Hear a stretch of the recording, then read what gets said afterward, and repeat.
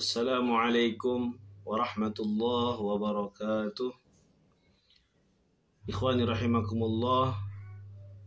Alhamdulillah, pada kesempatan kali ini kita berjumpa kembali dalam pembacaan hadis yang insya Allah pada kesempatan kali ini kita akan membahas satu hadis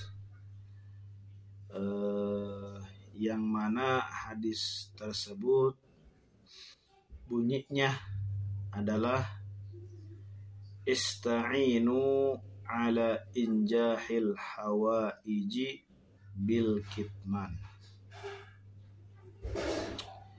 fa in kulla zi ni'matin mahsudun. Rawahu Abu Nu'aim an Mu'adz bin Jabal. Sahabat yang dimuliakan oleh Allah Subhanahu wa taala, Rasulullah sallallahu alaihi wasallam dalam hadis ini menjelaskan bahwasannya, kata beliau, ista'inu ala injahil hawaiji bil kitman.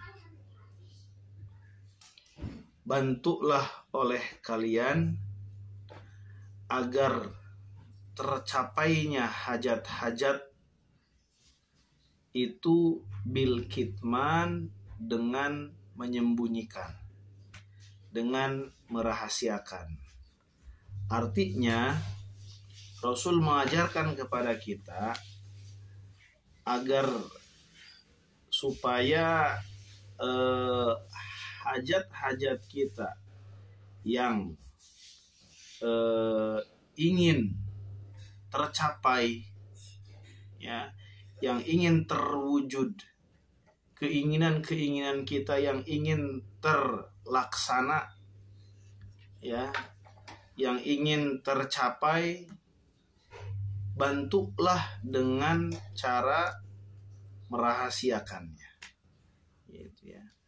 Artinya jangan sampai ketika kita punya hajat, ya, punya keinginan atau punya cita-cita, itu kita ceritakan kepada orang lain sebelum hajat tersebut tercapai.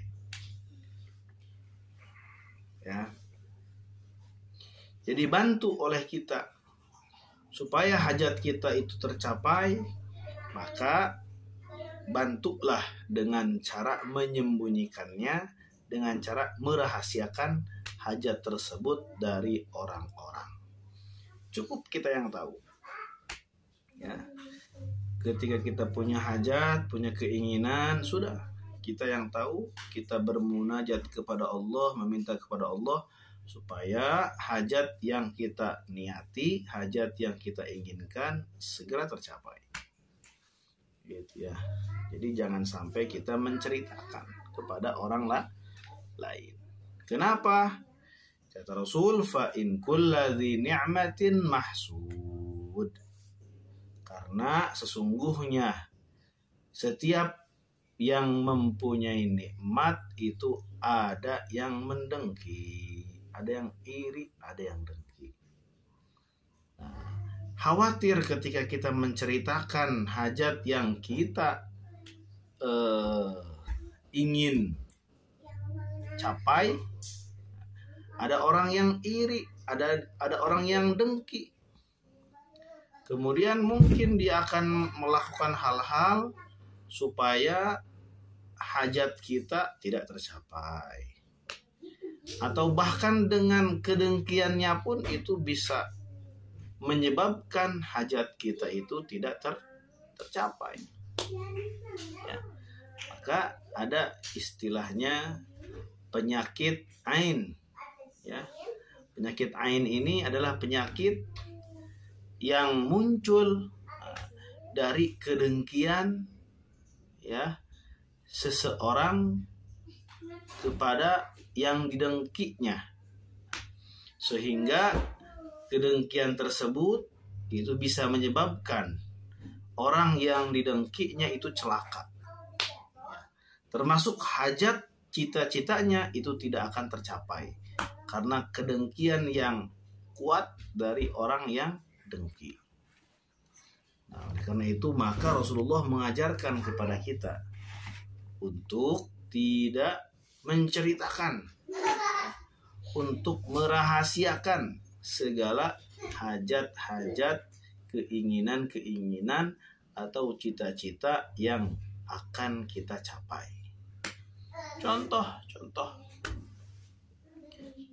misalkan kita mau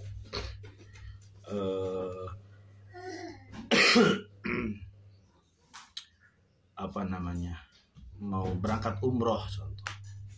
Contoh kita mau berangkat umroh, masih lama, misalkan baru rencana kita berangkat umroh, mungkin 3 bulan 4 bulan lagi kita sudah cerita kepada orang-orang,